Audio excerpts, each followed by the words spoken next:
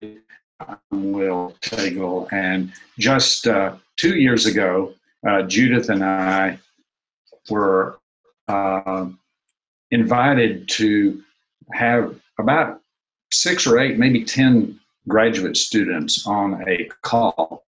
And from that time through social media and really the Spirit Network, I would say even more significantly, we have built from gathering with people like you until now. Last month, we had over 300 people who actually connected with this broadcast in one way or another. So I have a sense that something really important is happening here. I'm not quite sure what, but I believe maybe Spirit is calling people from all over the world, from different wisdom communities, so that we can begin to know about each other and form a network that has something to do with tending the seeds of a new era, perhaps even a new civilization. So that's an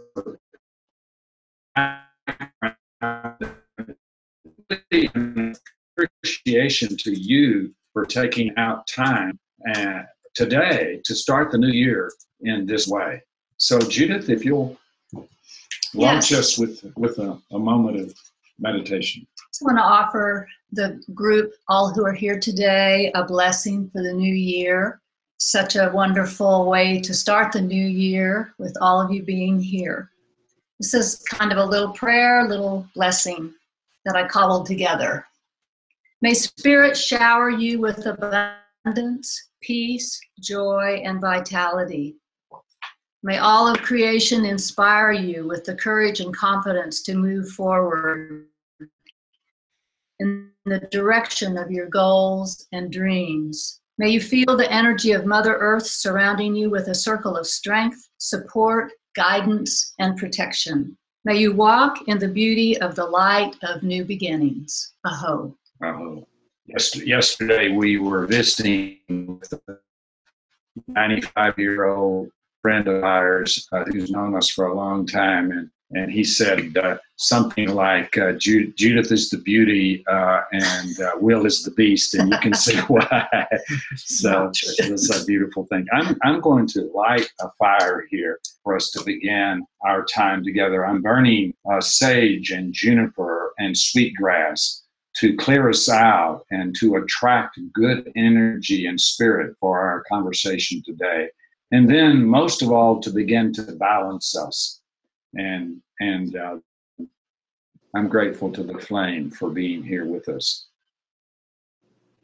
So let's just take a breath for a moment. And wherever you are, take in the smoke, take in the purification,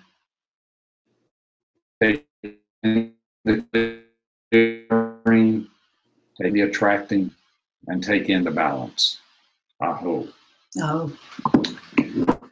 Well, it's also one of our presenters, and HeatherAsh, welcome to the circle today. Thank you. It's so good to be here with everyone. What an amazing group we have today. Yeah, it's good. So let's just jump right in, HeatherAsh, and our title today has something to do with warrior goddesses and vulnerable warriors. What is a warrior goddess? Warrior goddess for me is the energy of the warrior is around clarity, focus, purpose, really important energy for us to be calling in. And also balancing that with goddess energy. And for me, that goddess energy is around creativity, mystery, openness, surrender. So it's perfect as we start this new year, that we really bring both energies together. That energy of knowing what we want to bring, having a lot of spaciousness and clarity so we can listen deeply. I think a warrior and hunter are very similar. And with the goddess energy, that we learn to come back into the cycles. So the warrior energy is very linear. The goddess energy is very much about circles and cycles and death and rebirth. And so as humanity, we want to come back in relationship with ourselves in a new way and with all of creation, with the animals, the plants, the humans, so that we recognize that everything is a cycle. It's not a line. Lines happen, but really we're here to remind ourselves that we're part of something much, much greater.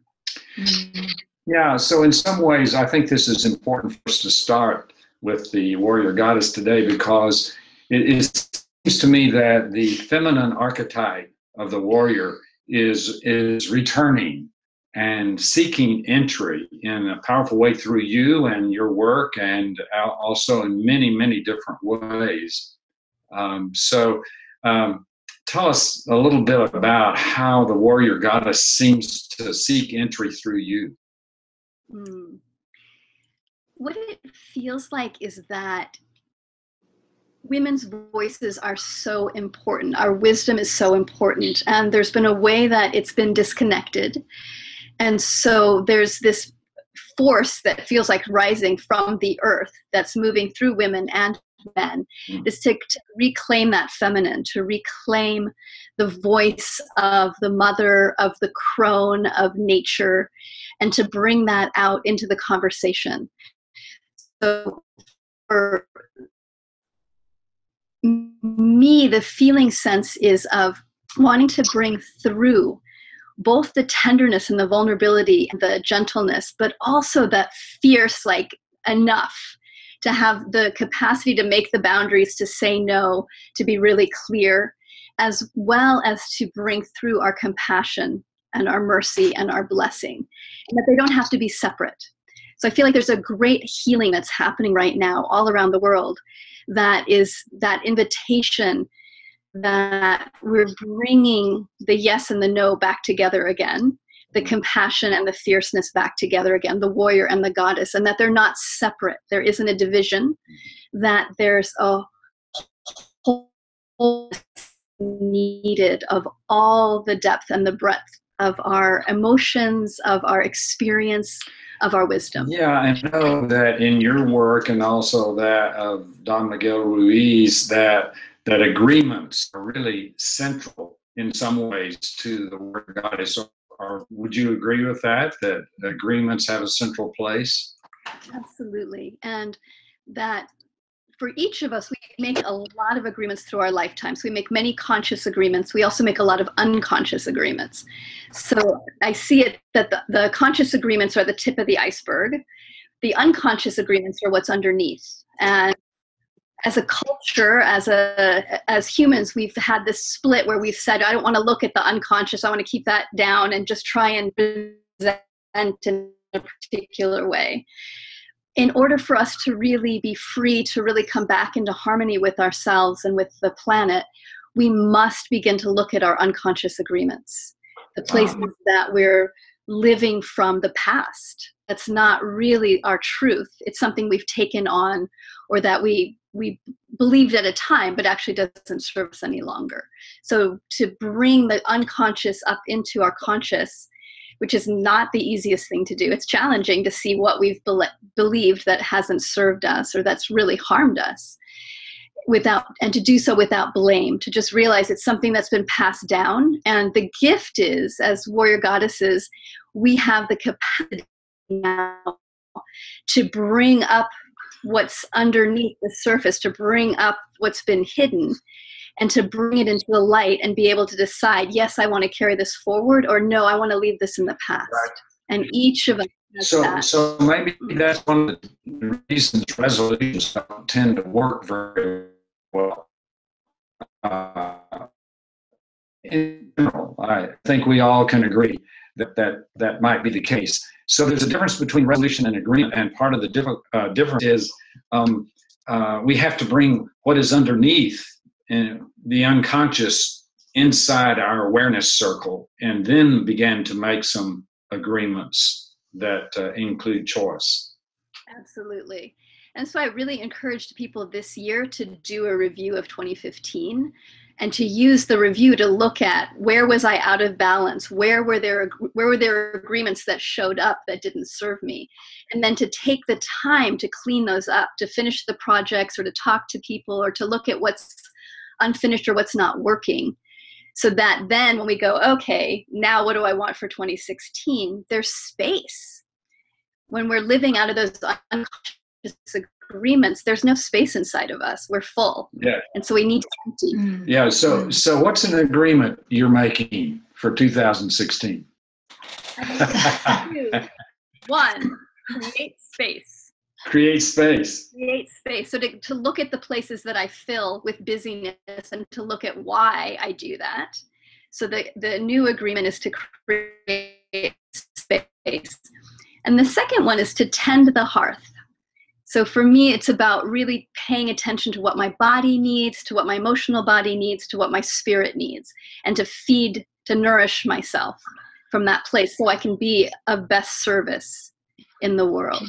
I have to be full. Yeah. So, well, we're going to come back to you in a few moments, and then also Sheila's going to make some announcements about how to link with the course you're teaching on this later on as well. But although she doesn't know, I'm going to ask her. I'm going to ask Judith if you'd share with us an agreement you're making for 2016. At this moment? At this moment. At this very moment.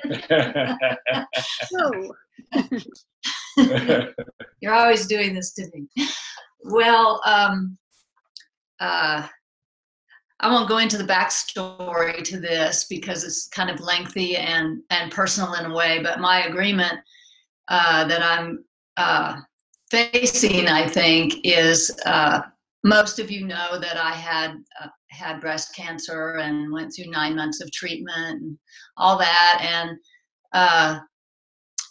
so I just chose to ignore the fact that sugar isn't good for you when you have cancer or have had cancer. And I just kind of gamed the system and sort of blanked out on that whole thing. But I was aware all the time of the agreement that I was making with myself, that I was going to do what I wanted to do, not what the medical people think and say. So I had an awakening recently. It didn't necessarily have to do with New Year, but it did coincide with the New Year. And that is that I've got to stop that shit. I mean, really, it's stupid to do that. And I can't alibi about it, but it's just the fact that that's my agreement now. I am going to be very, very judicious about sugar and alcohol in my life, knowing that both of those substances are really nice and really fun and really good to have, and they are not good if you've had cancer and you're facing a possible reoccurrence. So it's big, and it's now I'm reading labels, and it's amazing. Let me just tell everybody, sugar is in everything. The food industry has done that to us. Things taste better. Anyway, at least we have these. I can say, God, 8 grams of sugar ain't gonna happen. So that's my agreement. Oh, good. Yeah. So I think that's really a good example, HeatherAsh, of what you're talking about. That Judith had kind of a semi-aware sense, as we all do, that a lot of sugar is not good for us, particularly if you've been through a serious illness. And so she's bringing that right into the center of her consciousness, to walk in love with herself and to be conscious about that. So, any comments about that? It's that power. That's the power of the warrior, and that intent of saying, I will commit to this. And it's very easy. That's why resolutions don't work. It's easy to go, oh yeah, I'll exercise. And then we wake up and we're like, I don't really feel like it today. Yeah. Ring 100% yes. And you can feel that in Judith, like, done. That's where the power is, and that we then are committing to ourselves 100%. That's what's beautiful about community, is that when we come together in community, if there's a community of warriors that are strong, you can feel it, you get buoyed up by it. So we can use this community in that way of, what do you want to put 100% towards? Mm-hmm. And then opening to being supported in that. And accountable. Accountable. I said and accountable. Yeah. It's good to have someone to be accountable to, something. Out there and on our call and in our circle. I've found that it really doesn't work too well for me to be the one that helps Judith get accountable. Okay, so I want to put this in a context. See, the warrior goddess in the medicine wheel, which is cross-cultural in the indigenous people. You have birthing and new beginnings, which is 2016, what we're doing today. And then over in the South, you have often the divine feminine. And then in the North, you have the unconscious dark. And then in the West. And then in the North, you have the divine masculine. And so now we're going to Larry Winters in New York, and Larry is going to talk to us about, we're going to converse a little bit about warriors, vulnerable warriors. And Larry, you've been a shining light and a person who has pioneered in combat veterans and their return to culture. So welcome to our circle today. Thank you, Will. And welcome everyone that's on the call. Much appreciated to have this kind of support for this topic. I've been thinking a lot about love and warrior and vulnerability. And it's a complicated and difficult process. It certainly has been for me.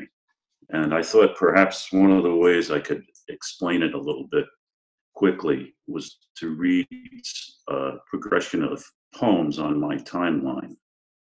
I'm going to read a poem. They're all short, and we can talk a little bit after each one if that works, or you can ask questions.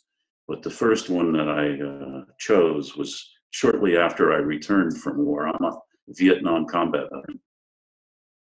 And I came, at the beginning of my process started with this poem, and it's called Confession. I'm ashamed that I may not have killed anyone in Vietnam. I'm ashamed that I may have killed someone. I'm proud that I was a Marine. I'm embarrassed to tell anyone that I was in the Marines. Vietnam was the most beautiful country I ever saw. Vibrant colors, skies piled with cumulus clouds, beautiful women with dark black hair. Vietnam was an ugly, blood-drenched, sweating inferno where women and children were at times weapons themselves. Vietnam made heroes out of schoolboys. Vietnam made traitors out of scared boys who hated what they were told to do but did it anyway. I wanted my father to be proud of me for standing up for my country. My father never asked me anything about the war when I returned. I missed my girlfriend and married her as soon as I got home. I divorced my wife and for years could not father our child. That was the beginning of my process, which took many, many years. It's certainly never going to end, but I'm happy to report I'm a little further along in that process.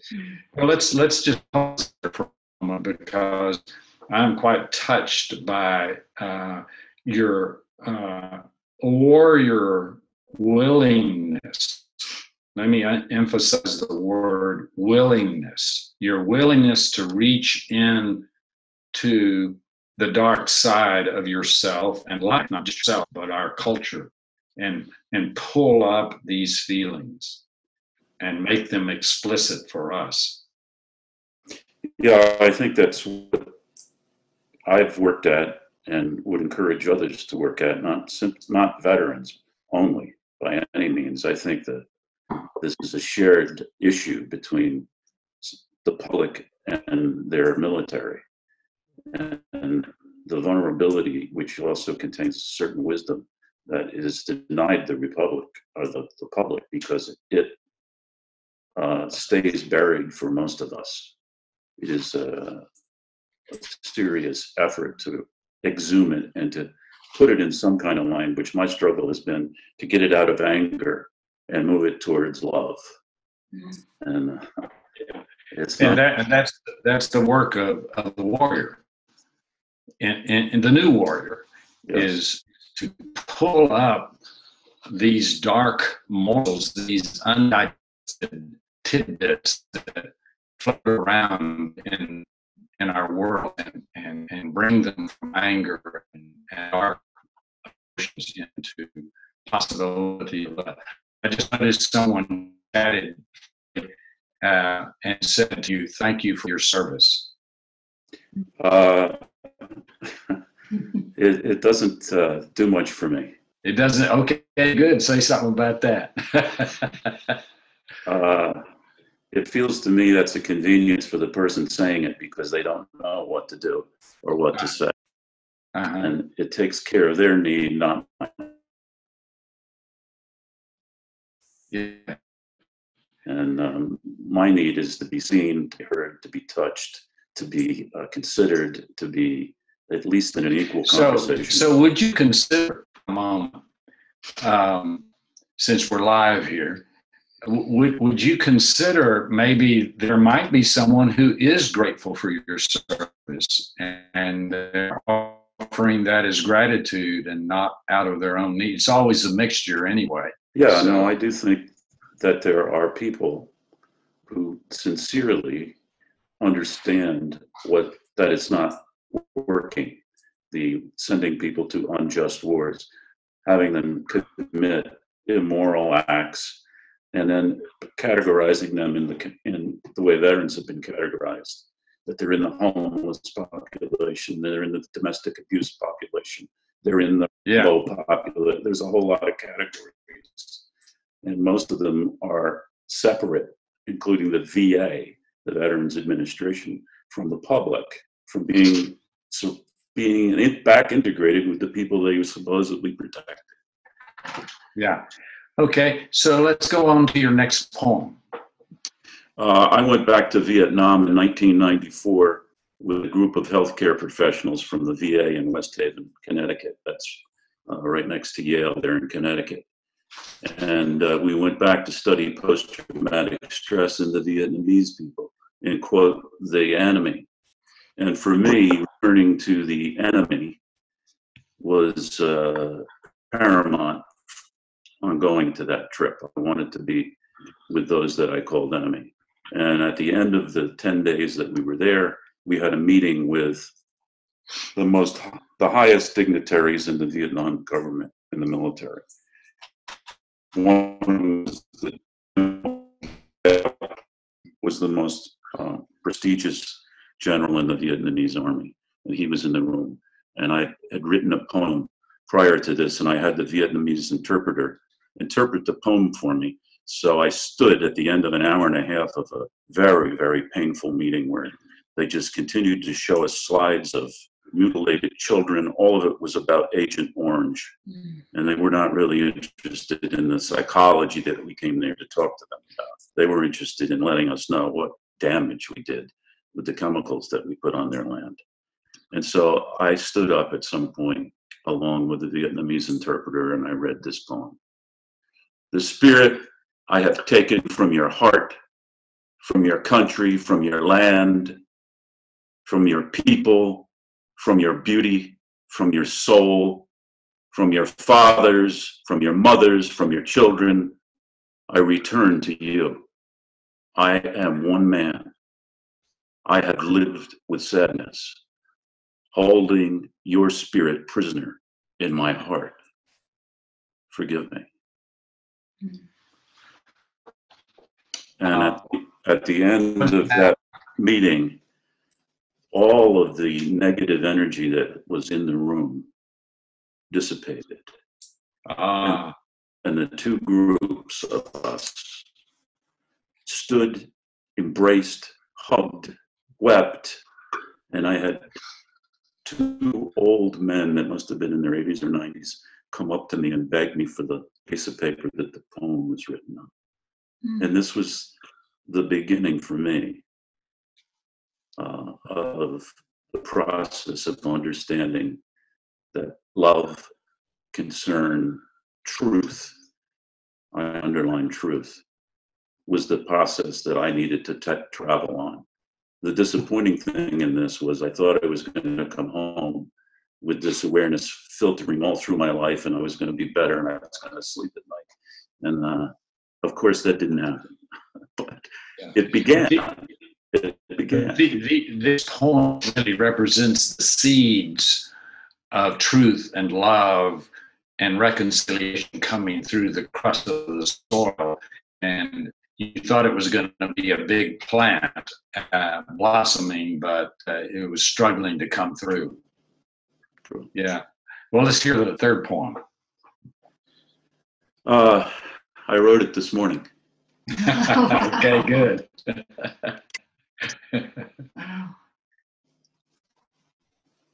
Love shapes itself around every war, finding its way into the trenches, sneaking at night from the bunkers, under the soldier's blanket, it hunkers. Love has nothing to do with voters, guns, and ammunition.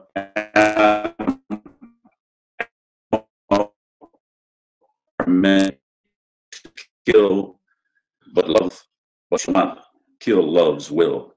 Love doesn't stumble over right and wrong. Hope can become fragile and frail. Hate scatters pain all over the trail. When our soldiers come home and have no song, when they stare at nothing for so long, love remains steady and strong. A tourniquet of arms heals the harms. A look of concern softens what a soldier has learned. Only love can open the door for the dead to leave a veteran's bed. Wow. So I really hesitate to even talk after that, but I would want to ask you, Larry, just to say a little bit about this journey of awakening love, of a conscious love that's not saccharine, but comes out of the depths in your life. I think first it's a little bit, or a lot, like HeatherAsh spoke about. It's an internal process. It's about figuring out how to forgive and care for yourself. If that isn't the beginning of your process, it's most likely not going to work. It's hard to love someone else if you don't love yourself, or at least don't engage in a process of trying. So that was the beginning of attempting to create forgiveness about who I am, what I did, and locate the true self, and begin to create voice for that self and love that self enough that it would speak. And then I found out there's many selves in there. And so it's a group of selves that all need to be loved. Yeah. And then it has to do with action. For me, it did. I had to act. I had to do something in the world other than think about it or complain about it or be angry about it. I had to offer some love back into the world. And I did that over the last number of years with trying to help other veterans and trying to help people in general, not just veterans. So I worked in the field of basically trauma and addiction and helping people, listening to people, understanding people, loving people. And that was the clearest voice I've been able to locate in myself. It's not always there. It's still frightened. It's still in a process. But I've developed enough belief that I know this is the direction that I need to follow in my life in order to find more fulfillment. Right. Well, I want to come back to you maybe today and maybe in the future, but I just wanted to read the full statement from the person that was greeting you earlier, and it's really congruent with what you're saying. She said, "Thank you for your service to our country. Thank you for making it through the horror, the chaos. And thank you for returning home. My entire family has served in the military.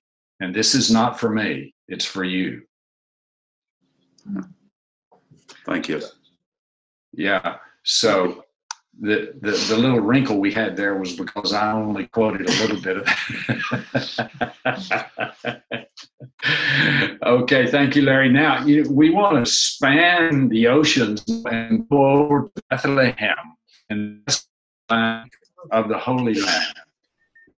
And I'm calling on Dianne Brause now, speaking to us from Bethlehem. And we're on the subject of love here, and you're in the midst of a world of conflict right now, and killing and confusion and chaos. And yet I know, Dianne, your practice is the practice of love through the Sufi tradition. So speak to us about this tension between conflict and love. Well, I'm all kind of choked up here already. For me, it's a great, great conflict that I feel every day.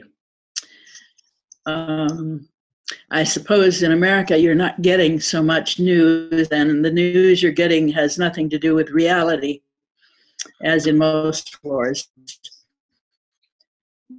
And so young men mostly, and some young girls and some older women are getting killed here for nothing. And I try to figure out, what does that mean to be a warrior in the midst of all this? I'm not one to go out on the lines and get myself shot. I don't think that'd be really helpful, although it might. And if I get shot, then maybe it's a good thing, because Americans getting shot is probably a little more newsworthy than just the average everyday Palestinian who's considered a terrorist no matter how he or she lives and what they do. And yet my heart and my love is with these people who are so incredibly generous and loving and giving, even when they have very little, like most traditional people around the world. And so for me, being a warrior is finding the balance between my strength and my taking care of myself and my attempting to really be there to listen and to give solace when I can, give strength when I can, be there to be cried with and cried for, cried with, around. Although crying is not something that's considered manly here, so most of my young men friends, when one of their friends die, they say, "Oh, it's normal," at which point I just about go bullshit and scream and say, "There's nothing normal about your best friend being shot in the head." But that's how they deal with the fact that they've been in trauma, like Larry says, for a very, very long time, for their whole lifetime, most of my friends. So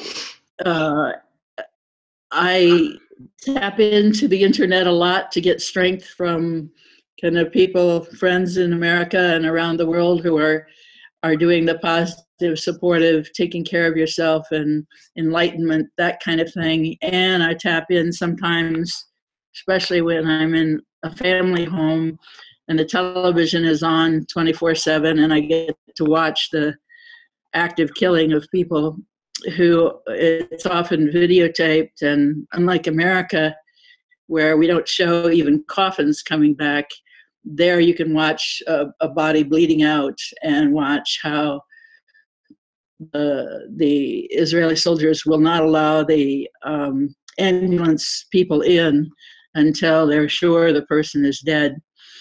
And So they become dead on arrival after 4 hours of bleeding out on the street while their mothers and their fathers and their brothers and sisters are watching and not allowed to go near them. So actually, I didn't want to be talking about this, but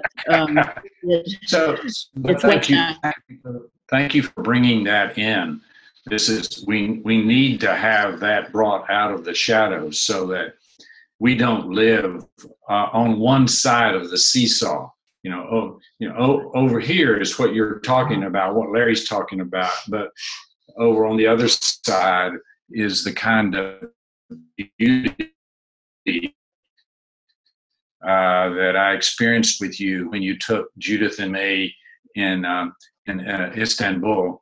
No, I think it was Konya, where you took us to this place that was illegal, actually, for people to gather.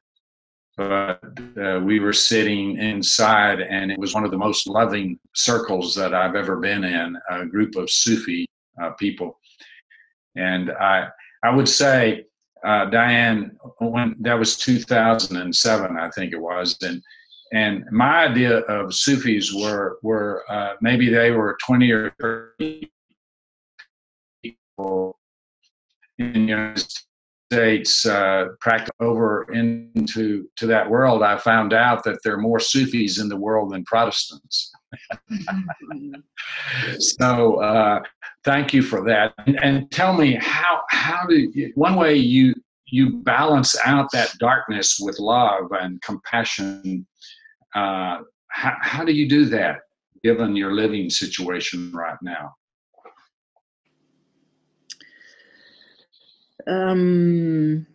Well, one of the ways for me is that I know that when I'm with someone and I actually can hear their stories and see their hearts, that my heart goes out to them, regardless of whether they're Jewish, Muslim, Christian, Baha'i, or nobody in terms of religion or in terms of nationality. So I've learned that over the years. I've done lots of counseling work, and I know that there's no one I can't connect with at a really heart-loving space if I choose to do that. Sometimes it's making the choice, knowing that someone I'm talking with has probably killed people similar to my best friends here. But everybody's hurting, and everybody's in pain, and everybody's in fear over here. On the Israeli side of the wall, the fear is cultivated day in and day out, 24/7. On this side, the game is, I'm not afraid of anything. But, it's just two sides of the same victim and victimizer deal. And when I can kind of take a deep breath and go beyond making judgments, everybody's got a reason for their fear, a reason for their anger, a reason for wanting to be free, a reason for, being afraid that things are going to change. And sometimes I just listen and ask questions, and little by little, people share amazing things with me that probably they've never said before to any other person, because it's not really safe.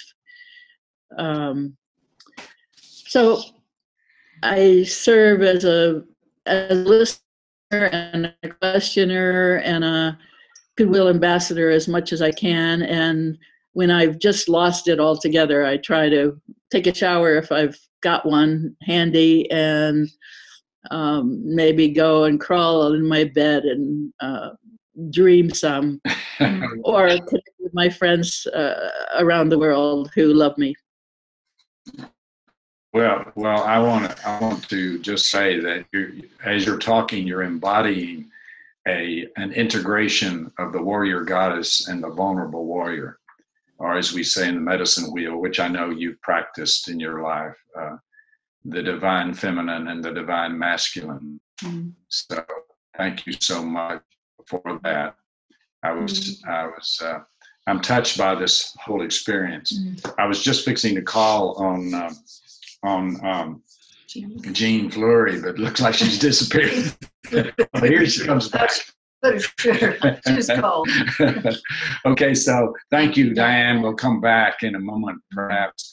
I'm going to shift now to Billings, Montana, to Jean Fleury. And just, I know you've been engaged in this very important work with transcending and healing and awakening out of the massacre at Wounded Knee. And that was a beautiful statement you read last month.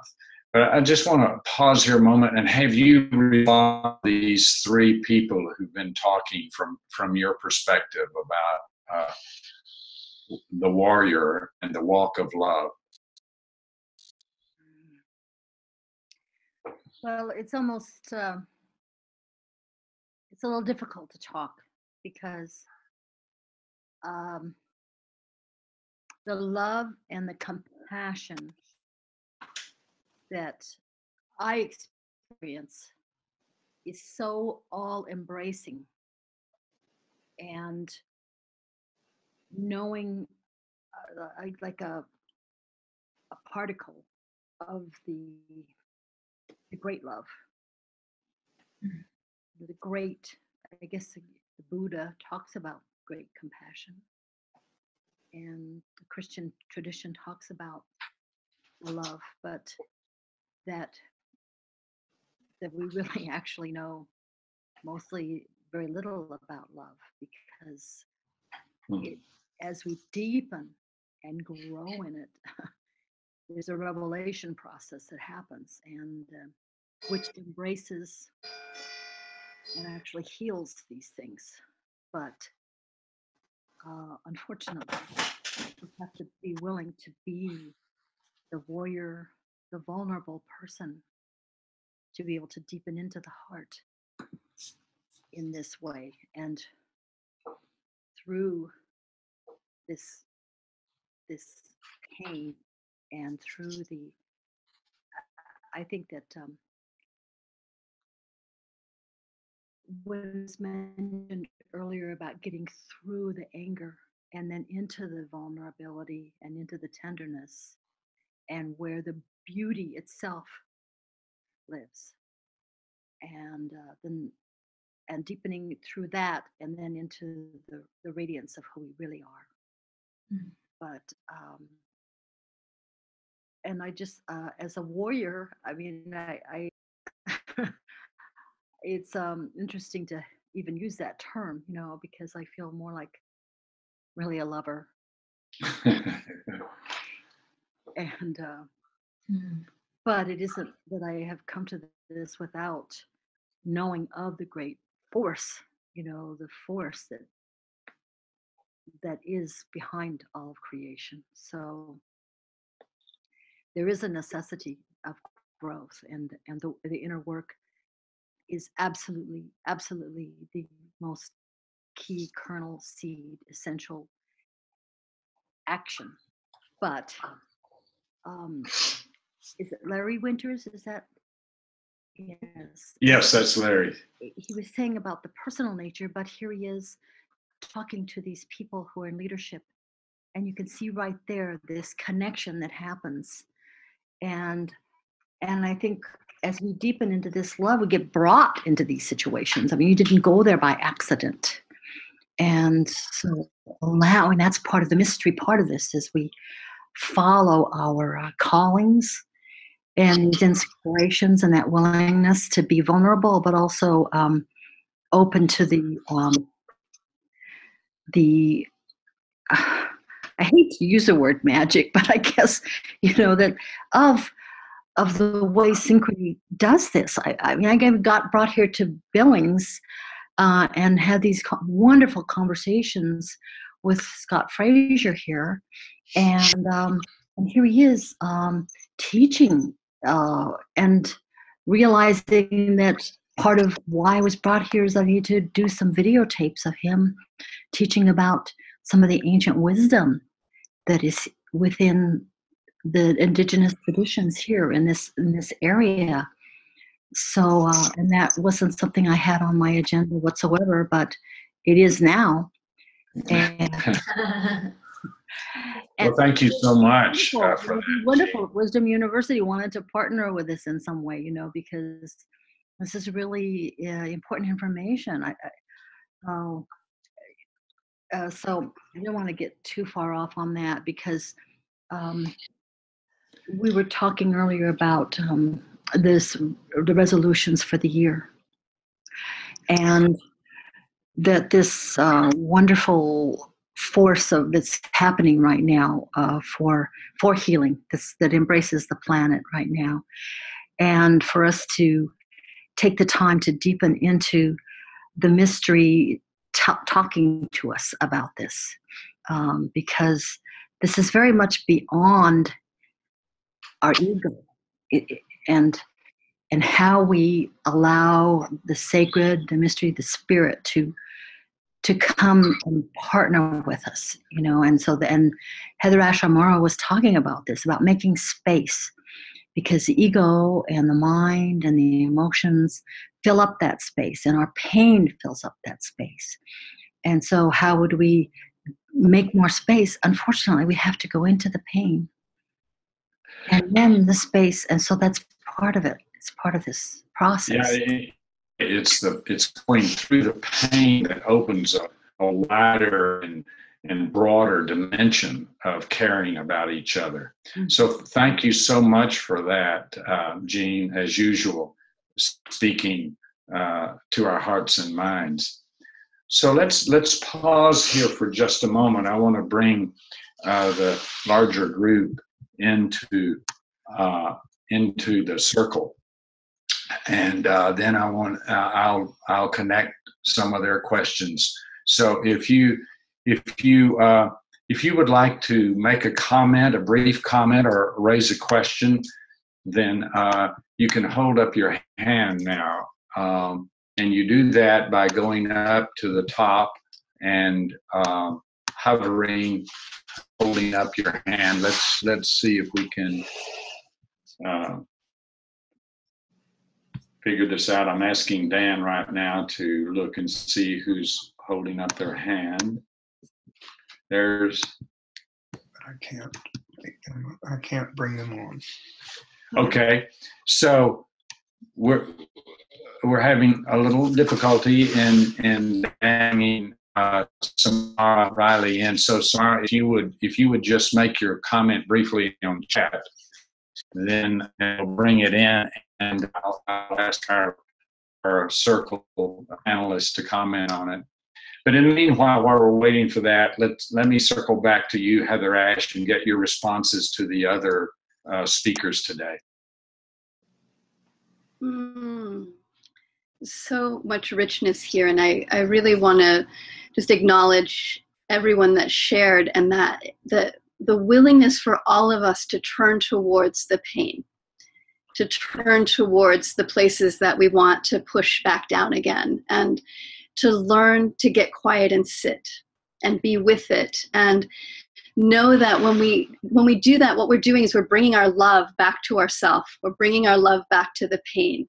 We're bringing our love back to the suffering, and that it's not just for us, that impacts everybody. Because the more spaciousness we create inside of ourselves to get quiet, to sit, to call love in the midst of the difficulty, then we hold that resonance in our being, and that then gives other humans the reminder, the energy, the courage to do the same. Yeah.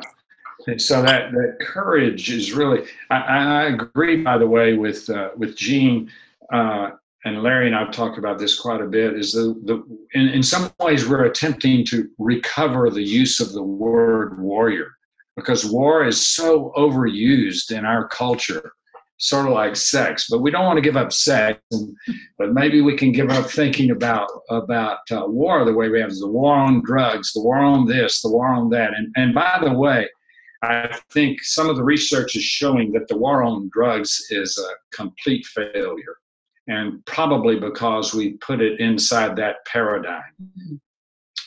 So I want to switch over to you, Larry, because I know you and I have talked about this very subject. So your response to what I'm saying or what others are saying. Well, let me first say that I feel like what Dianne is doing takes a tremendous amount of courage, and her being involved in this directly is touching, very touching and impressive to me. And I want to acknowledge that that your actions are way beyond thoughts. They are doing something in the world that I know make a difference. I can feel it. So I wanted to acknowledge that warrior goddess that you are following in you, and to compliment you with my honor. In addition to that, I think what was said earlier is that balancing, it's so important that we balance the truth of war and the pain of war, because that's what war is about, mostly pain and distress and terror and deep fear. Without acknowledging that, a lot of the positive things that we see go out of balance. They don't maintain the yin and yang. They just become easy choices to talk about and to communicate about. But when you bring the two together, that's when you begin to enter the fields of wisdom, the fields of actually being able to make a difference, because you've brought truth into the picture, or two truths, let's say, or the multiple truths into the picture. And this is, I think, central and most important in terms of challenging any of these things that we call war, whether it's on the environment or drugs or with each other. And my 2 cents is that if we don't get this priority straight, which is that we are going to war after war after war, we're not going to be here to enjoy the environment if we say that. We're not going to be able to enjoy the drugs if we don't, or any of the other wars that we're in, unless we figure out how to stop killing each other. Can I make a statement right now? Sure. Yeah. So what happened for Wounded Knee this year is we invited people to join in a worldwide ceremony to call for the end of war, the end of massacre, the end of genocide. And we had over 200 sites around the world. And part of this is going to be looking at the pain, but multi-generationally. And so that is this new year, since we've initiated this. I don't know all the particulars, but to follow this wave, this impulse of love, of hope, of courage. And so I really invite everyone here to join with this, because it's a 4-year ceremonial cycle, and we're going to be forming a core group around this to shepherd this. And we are asking, and we're to go in consciously, because the war is founded by war, and we need to bring the healing to war, the healing of that, the transcending, the wisdom of, so that we don't need to do this anymore. And so I want to underline that, Jean. As a matter of fact, next month, largely through the influence of this gathering today and a dream I had last night, our theme for next month is going to be walking the path of conscious love, moving through tensions in our own relationships. So really, Dianne, that's why I was so touched also by what you were saying, because you were talking about the tensions, not only the tensions between the Palestinians and the Israeli, but just between people and in our relationships. That's where warfare can cease, if we can learn how to move through our own tensions, our own conflicts. And so I want to move over to Bethlehem again. I love saying that. Move over to Bethlehem and get your response, Dianne, to our conversation. Okay, am I unmuted now? Yeah, we can hear you. Okay, great. Well, I definitely resonate with that. A lot of what I'm working with, by having the opportunity of being an old lady, I'm 71, and to the 17 to 25 year group, I'm really an old lady. They can't understand at all that I'm here, that I'm single, that I haven't been married, I haven't gotten children, and why don't I have 21 grandchildren by now? What's wrong with me anyway? But it opens a space for them to share about their incredible confusion, I would say, around relationships, and particularly dating and sexual relationships for the young people here, because I think with internet, everybody's got a cell phone, everybody knows what's going on in the rest of the world, and yet the tribal society here is still saying, you will do this, you will not do that, you can marry this person, you can't marry that person, you're definitely not having sex or touching or kissing before your wedding night, which for boys, young men, is often 24 to 30 these days, because they have to create a house and a job and a salary for the wife before they get married. The girls usually get married younger, but there's incredible relationship and sexual tension here that really doesn't have any outlet that I think is healthy. And a lot of the young people are sharing that with me, and they're not knowing how to walk the line between doing what has always been done here and what the parents expect and the grandparents and what their heart says to them.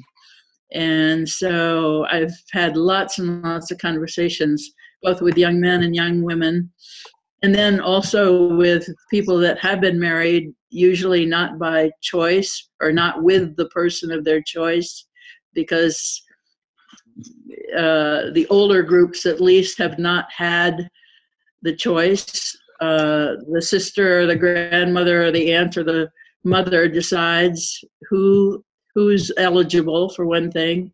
The girls get to even now, the young girls, 20s somethings, get visited by a man's women relatives. Her house is looked over, she's looked over, and they decide whether she's okay or not as a wife. And then fortunately now, these girls can say, no, I don't want to do that. They can say that maybe a couple of times before the forcing really comes in. So as crazy as I think American dating and sexuality and all is, this is the other end of the craziness of. Well, I want to interrupt you there. I was just looking to see here. We have a contingency of college people here on the call that we can't bring in, which we'll get solved, so we can do that next time. But to them, I would say, and my grandson is one of them, and I would say, well, maybe you just need to wait till you're 25 here before you have your first kiss. Got some good advice. Good luck with that. Yeah, good luck with that. Wow, what a discussion. I'm so touched by this, and I hope we can continue this next month. I want to pause here for a moment before we close and bring on Sheila Safer here to make a few practical comments about links and so on. And then that'll take a couple of minutes, and then we'll be having our closing. So as you know, this Global Wisdom Call is sponsored by Wisdom Ubiquity University, and also TOSI and CCR Earth Tribe and other supporters throughout the world. And so let's see if we can find Sheila. She's on chat. Okay, so okay, all right. So if you'll go to chat, you'll be able to see that just hover over chat and you go to the last entry through Sheila, and note that we're starting really the second week in January, a great books of the world's wisdom traditions, and you can click on that. And that's, by the way, that is a gift that Wisdom Graduate School is giving to you and to the world. That is a free experience, and you can click on that and get information. And then also, Wisdom and the New Civilization is an in-person gathering that we're going to have at Ralston Retreat Center in Northern California in the Redwoods. And some of us are going to be there. I'm hoping you'll be there, Jean.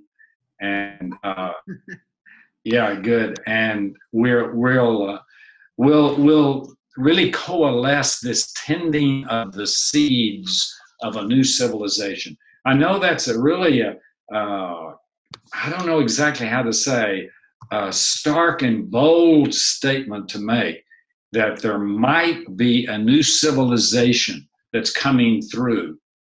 Our old civilization, the Western civilization, has its roots in the Abrahamic religions and in Greek philosophy and in the Renaissance, and it served us well in many ways. But I think we can agree, as we listen to Dianne and Jean and Larry and HeatherAsh, that there is just enough about our current civilization and culture that it has reached its limits. Let's put it like that. So we're really offering this possibility in this community call and in some of our courses in actually creating a new civilization. So those were the announcements that someone else was going to make because we couldn't bring them on. So we're doing what we can with that. So I want to scroll back and hear one sentence from each one of you about your experience today, beginning with HeatherAsh.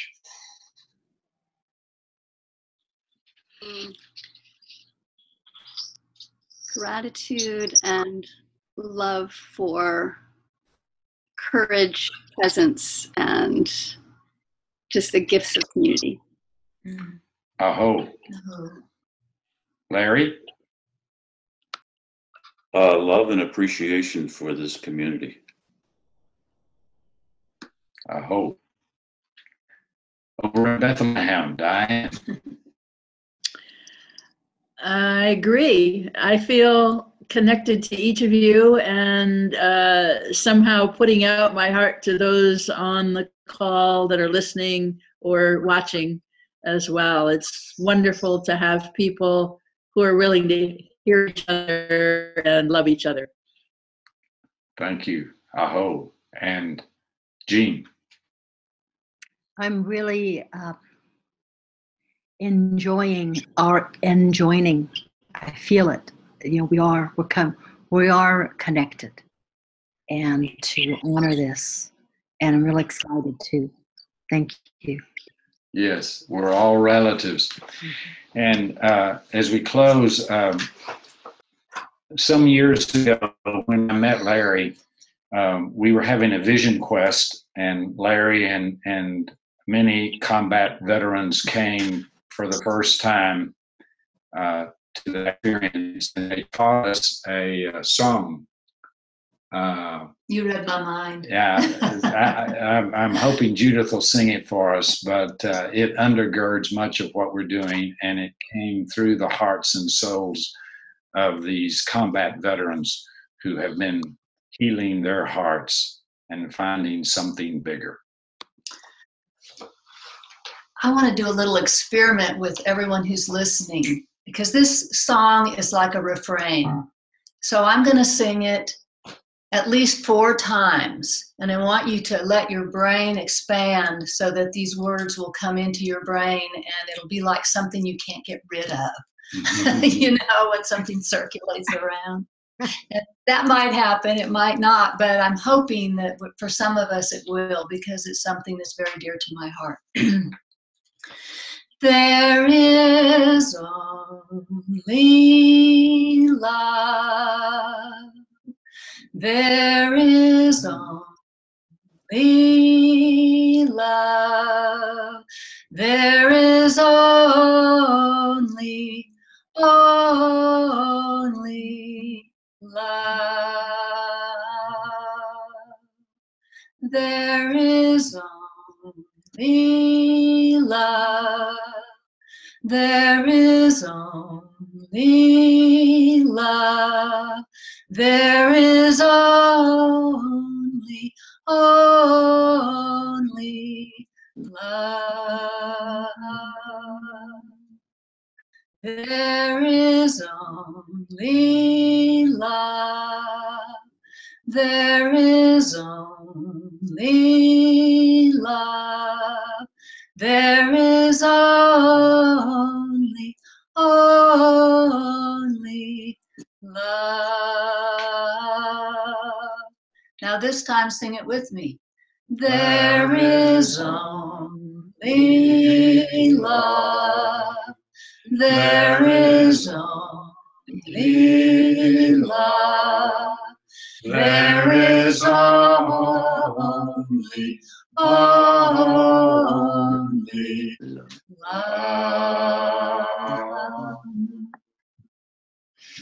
Yes. Gratitude to all for joining us in this to launch the new year. Oh. And to know that, yes, there's chaos. Yes, there's war. Yes, there's inhumanity. Yes, there's climate crisis. And underneath it all, there is only love. Aho. Aho. Aho.